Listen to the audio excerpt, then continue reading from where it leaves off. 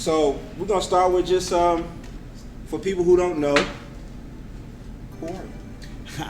I'm Seth Hendershot, musician here in town in Athens, Georgia, and my brother and I own Hendershot's Coffee Bar. It's a coffee shop, bar, and music venue. We showcase a lot of local talent as well as regional and national acts here. We do comedy shows, spoken word poetry, a lot of fundraisers, a lot of community gatherings, things like that. But I've been here since 98. 98? Yeah. Where'd you come from originally? Originally New Jersey, Washington, New Jersey What? is where we were born and raised till I was like 12 or 13. We moved to Georgia. Wow. Yeah, my dad was a lifelong mail carrier, and he transferred from Jersey to Georgia, the suburbs in Gwinnett, because my uncle and cousins were down there and they were doing well. And I did not know this. I'm from New Jersey. oh yeah, Yeah. we were in Washington, which is pretty rural, just this little crappy town, about an hour from Pennsylvania. You know what Violin is? Huh? Wow. South Jersey. Oh yeah, no, I don't know South Jersey very well. Yeah, Only South South Jersey I know is Tom's River. Tom's River, yeah. But yeah, my wife's from Violin. Okay. So, but that's kind of the same thing, kind of rural, kind of, just Cornfields and shit. Yeah. It's nice though. It's nice. Yeah. But yeah, cool. So you said you and your brother, met, That's him. He just walked by a minute ago. He's over at the end of the bar. I was going to introduce you to him after. Nice. And so how did this come about? Like, everyone has a dream.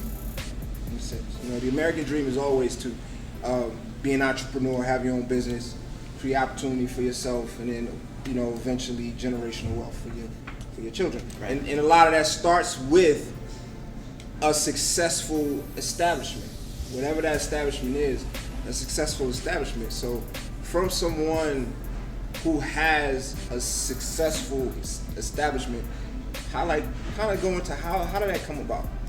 Well, my entrepreneurial dream was to be a rock star. Like, I'm a drummer, and that was all I wanted to do. Well, in a small town way, sure.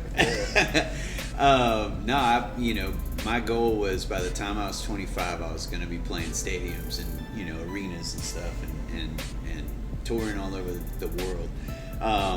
And when I was, I guess about 25, I was still climbing into vans and touring around the Southeast and playing small shitty clubs and not making any money, working at coffee shops. And my girlfriend at the time and I were on again, off again, and I ended up moving in 2002. I moved to Austin, Texas for about 6 months, just trying to figure my life out and what I was doing. And then as it turned out, left. Well, she was still here in Athens. She's born and raised, and we got pregnant right before I left, and I didn't know until obviously like 3 weeks into that. And so I came back, and we started our family here in Athens, and I was still playing music, teaching music. We both jumped back into school, but she was definitely better at it than I was at college. So she stayed in. I just worked at coffee shops and played music and taught. And then over the course of that time, my oldest was probably 6, and then we had our second baby in 2007, my youngest daughter, and she was 3, and I just was struggling and to survive, and raise a family. So I thought, well, try opening my own business. So I wrote a business plan while I was working at this coffee shop, and it was just the things I knew. I knew what I knew. I knew what I was good at, and it was music and coffee and bar stuff. I knew bars. So I wrote this business plan, borrowed a bunch of money, and had a partner at the time that knew the bar business really well, and we opened up on Oglethorpe this little service station called Hendershot's in 2010. And I never thought I'd get rich doing it or anything, and still know that I won't. But it was a cool project, and it was fun, and it gave me a place to play music anytime I wanted. And I thought, we can carve out a little living, live a modest life, be okay. And 3 years into that, we had some issues with the landlord. We had to move, so we ended up here in the Bottle Works in 2013, and took on, my brother came on as partner with me, and then we had 2 other partners that were investors who had some financial success and were able to sort of float us through the move, and went into debt again, and then 3 years into this, they wanted to break off and do their own thing, so we're still paying them back, still paying off loans, but it's just me and my brother now. And here we are in the middle of a pandemic. Yeah. Closed. Yeah. Essentially closed. We're actually still selling online. I'll sell a few cups of coffee during the day. Yeah. We're running limited hours. It's just a crazy time to be in business right now. It really is. It's a crazy time to be in business. Crazy time to be alive. No See, doubt. like, it's kind of like information like that and explanations like that, I feel like are important because, for a lot of people who have the dream of wanting to, like I, described it before, it's like kind of like the American dream. It's like, oh, I'm gonna, like you said, you had no disillusions about, this is not a gold mine or anything like that. This is just something that I want to do, something that's mine, something that I feel like we can make a modest living off of. But at the same time, a lot of people get disillusioned about what type of success that you can have, and don't understand the importance of how you was kind of going over a little bit of the hardships and setbacks. Yeah. And how important it is to maintain that focus and maintain that one track mindedness throughout all of the hardships and the setbacks and all that kind of stuff. Just no doubt. Yeah. Well, and I think the most important thing we're learning now, and the thing that I think in the back of my head I knew and had heard, is that success is not a dollar amount. Like, I know eventually, and it could be because of this insane situation, that we might end up coming out okay, out of debt and able to take a little money home, not a lot, but which is bizarre if this thing pans out the way we all hope it does, where we can get back to some kind of new normal.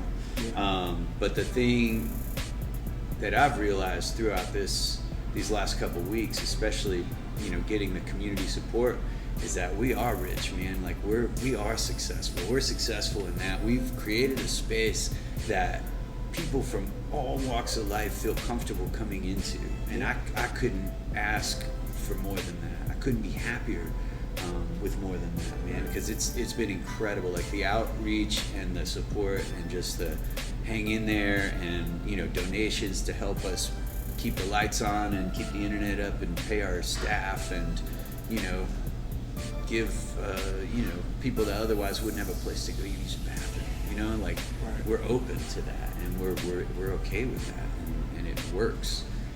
It's certainly, I think, vibes and gels with this community, like the way that Athens is structured and the way the residents sort of want this town to be is, I think we fit in nicely. I think we've built something that people look to and will remember forever, and that's a legacy, and that's success. 100%. Outside of what we're currently facing right now, what's the biggest pro and the biggest con of conducting business here in Athens specifically? Yeah, in Athens specifically, that's easy, because the con, and I think any business owner would tell you this, is the seasonality of this town. It's a college town, and nobody's, The waves. Yeah, 100%. Yeah, especially like you go into the summer, is just abysmal. July is just like dead and slow, and nobody's around. Everybody's on vacation. The students are all gone, so all of your customer base is history. But you have to maintain, your bills don't change, your rent doesn't go down, your power doesn't really go down much. Your overhead does a little bit, like your cost of goods, but that's it. Yeah. And then wintertime, same thing. End of like around Christmas time, everybody exits town, and you had a nice football season worth of business or whatever, but then it's dried up. Yeah. So that's the con of being in this small town. But on the flip side, the pro is that we are in a small town. Like, I don't think we would have gotten the community support if we were in Manhattan or LA or Atlanta even. You know what I mean? There's a big city and you become just a number in those places rather than an institution. That's right. That's right. Okay. So it works for you and against you to be in a town like this. That's right. That's right. Now, you say you've been here since what, 98? 98. So you've seen the music evolve, you've seen the music change. What I want to touch on now is the hip-hop scene. Yeah. Because, for me, even though I came here in high school, which is around 90, 91, is when I first moved here as a kid.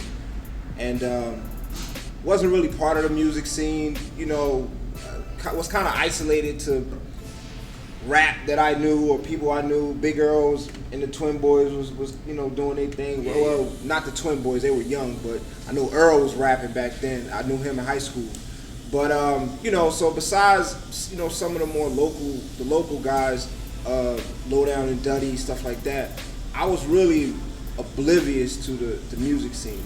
The most I knew when I first came here was R.E.M. Yeah. Because I already knew who R.E.M. was, familiar with their music and stuff like that. So, I was like, oh, R.E.M.'s from here. Yeah. You know what I mean? I think that's probably most people's story. Right. So besides that, it wasn't until about 2000 when I first started paying attention to the music scene, because now 2000 is when I first became Ishues. When I first started, on my journey. On that particular journey. I had rapped before, I'd been in different crews and stuff like that, but 2000 is when I became Ishues, and so now I'm in the Athens music scene trying to compete and stuff like that. And the first thing that I noticed is that there was no hip-hop scene at all, like period, you know what I mean? There were pockets of rappers, but that didn't even really come to the downtown scene. Right. You know what I mean? Like dudes was in the hood doing their thing. Right. You know what I mean? But the downtown's music scene was mostly populated by just indie rock bands. Indie rock, jam bands, that Right, kind of thing. right. Yeah. You know what I'm saying? And That so was huge then. What was it? 15, 16, I guess, is when we started seeing some hip hop in here, which was to me exciting because I didn't know there was a scene, and it started to grow and grow, and it's still, like you said, budding, but seeing, I think, the familiar faces, same names, and people stick around town is what makes it work. Yeah. It's the same with the jazz scene. There has never been really a jazz scene here, just some instrumentalists from the school that would play a couple gigs, and everybody thought that was novel and cute.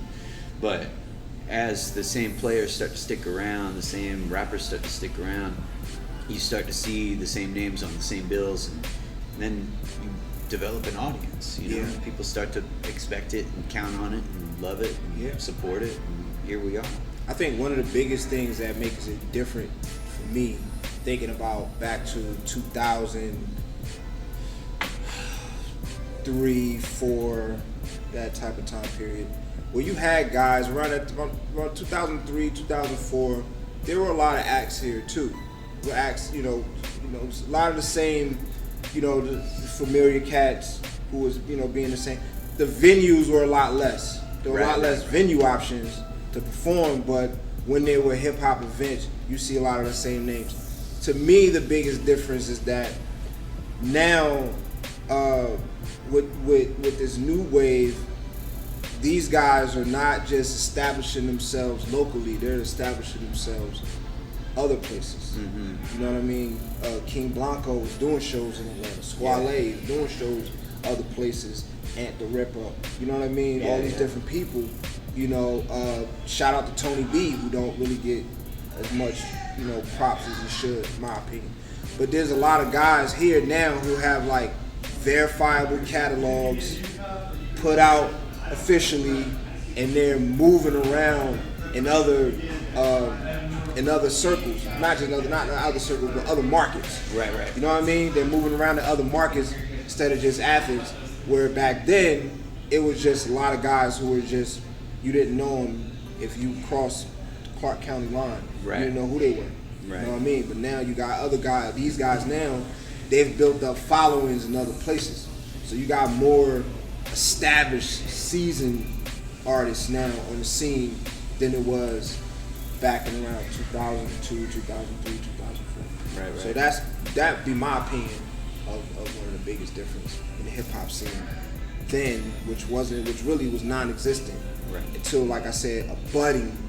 It's established now, but it's still a bud. Still need to, blossom and flower and all that other stuff. Like you said, you've got more venues availability, and growth outside of this market is the biggest difference, I think, between then and now. That's it. Okay, so last question. We're in the middle of a time in history that one will never be forgotten. I feel like this will be a turning point in not just American history, but world history. Yeah.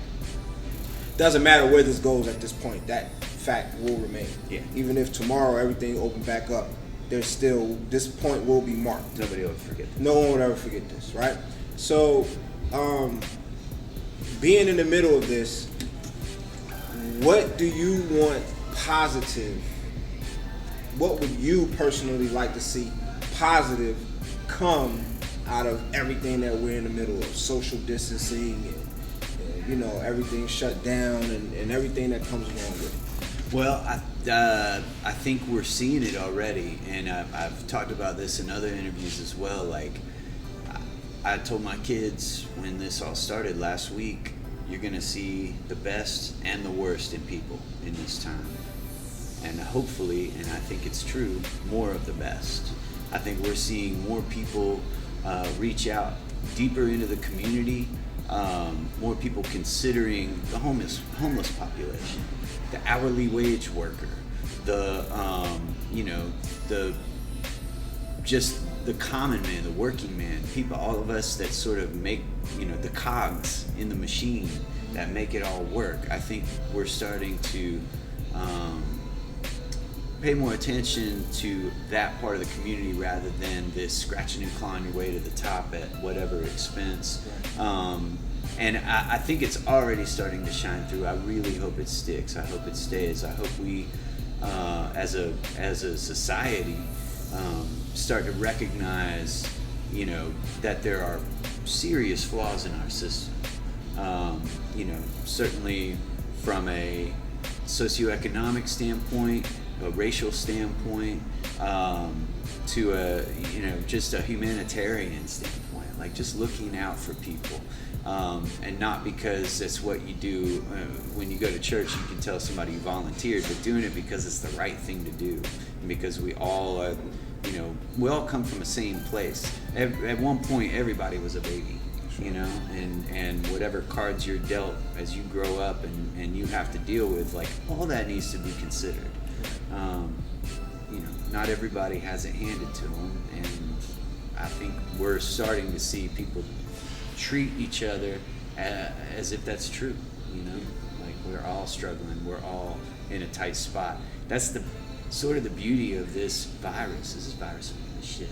This virus don't care if you make $1 million a year or you make $1,000 a year. It will kill you, and it doesn't discriminate. And I think that has, at that point, has been brought home to a majority of the people.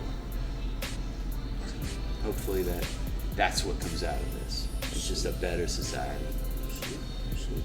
All right, brother. Well, thank you for sitting down. Yeah, man. Thanks for having me. And as always, peace.